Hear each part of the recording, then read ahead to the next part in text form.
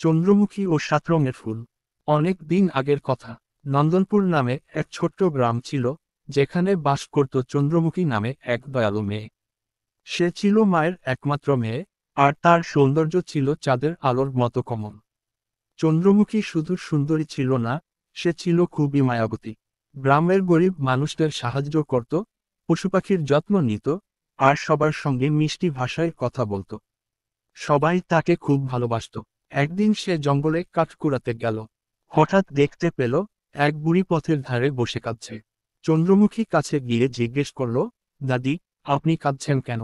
বুড়ি বলল, মা, আমি খুব ক্ষুধার্ত, কিন্তু আমার কাছে কিছুই নেই খাওয়ার মতো।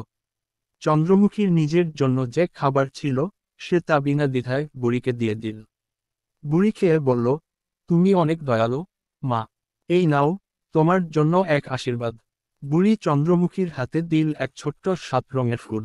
চন্দ্রমুখী খুশি হয়ে ফুলটি নিয়ে ঘরে ফিরল।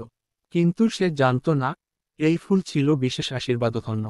পরদিন সকালে সে যখন গরিব এক প্রতিবেশীকে সাহায্য করছিল, তখনই আশ্চর্য এক ঘটনা ঘটল। তার হাতের ফুল থেকে এক উজ্জ্বল আলো বেরিয়ে এলো, আর সেই গরিব লোকের ঘর নতুন কাপড়, খাবার আর সুখে ভরে গেল। গ্রামের লোকেরা বিস্ময়ে তাকিয়ে রইল।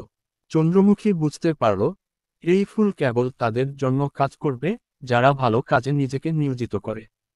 সে সেই ফুলের শক্তি দিয়ে সবার জন্য ভালো কাজ করতে লাগল। কিন্তু এই খবর দূরের এক হিংস্র রাজার কানে গেল। সে চন্দ্রমুখীকে ধরে নিয়ে যেতে সৈন্য পাঠালো।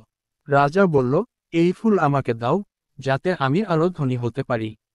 চন্দ্রমুখী মাথা নিচু করে বলল, মহারাজ, এই ফুল শুধু দানশীল ও দয়ালু ব্যক্তিদের জন্য কাজ করে, লোভীদের জন্য নয়। রাজা ফুলটি নিজের হাতে নিতে চাইল, কিন্তু ফুল তখনই শুকিয়ে গেল, আর রাজপ্রাসাদের সব সোনা মণি অদৃশ্য হয়ে গেল। রাজা হতভম্ব হয়ে বুঝতে পারল, লোভ কোনোদিনও সুখ আনে না। চন্দ্রমুখী ফিরে এলো নিজের গ্রামে, আর আগের মতোই গরিবদের সাহায্য করতে থাকল। গ্রামের মানুষ বুঝতে পারল, সত্য, দয়া ও ভালোবাসায় আসল শক্তি, আর যারা নিষ্পাপ হৃদয় নিয়ে জীবন কাটায়, তারাই প্রকৃত অর্থে ধনী।